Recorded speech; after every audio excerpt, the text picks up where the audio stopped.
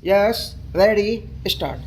My good friend, the agriculture minister is here. I do not know whether he is interested in the international problems, but I hope he will convey some of our ideas to those who are directly dealing with these. I would like to mention the second problem. It is also a negative one, if I may put it in this kind of cliche, that the power of the powerful is increasing at a fantastic rate, and that the distance between it and the other is increasing sharply.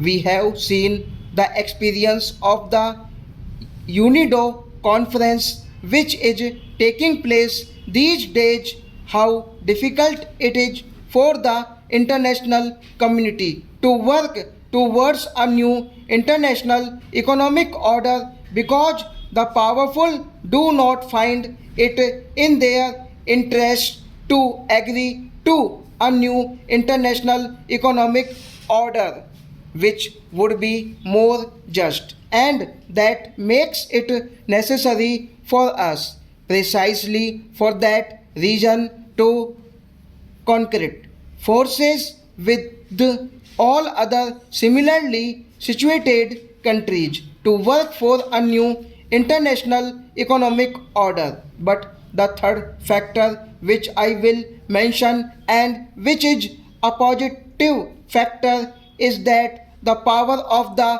powerful may be increasing at a fast rate, but there are limits to the use of that power. You have enormous weapons, you can destroy the world many times over, but you cannot use those weapons. The balance of terror has given leverage to less powerful countries, those countries who may not be a large power like India and others, to come together, to work together, and to exercise more leverage. And finally, sir, I would like to say that there is an immediate problem for this country, because for the first time we are being encircled. There is the US, China, Pakistan combined, whatever may be their calculations for the rest of the world, and I know that at least the United States is worried, is bothered, is concerned about the Gulf more than anything else, about the Middle East, about the oil, and so on and so forth. The actual impact of what is happening, the actual consequence of it, is encirclement of India for the first time by three major powers. There will be basis there today.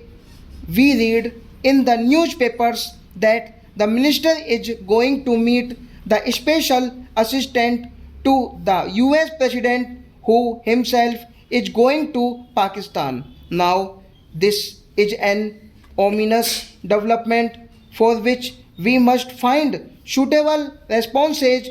I would suggest a multi pronged approach. The first element of that approach must be to exercise all our influence to restrain the big powers. Stop.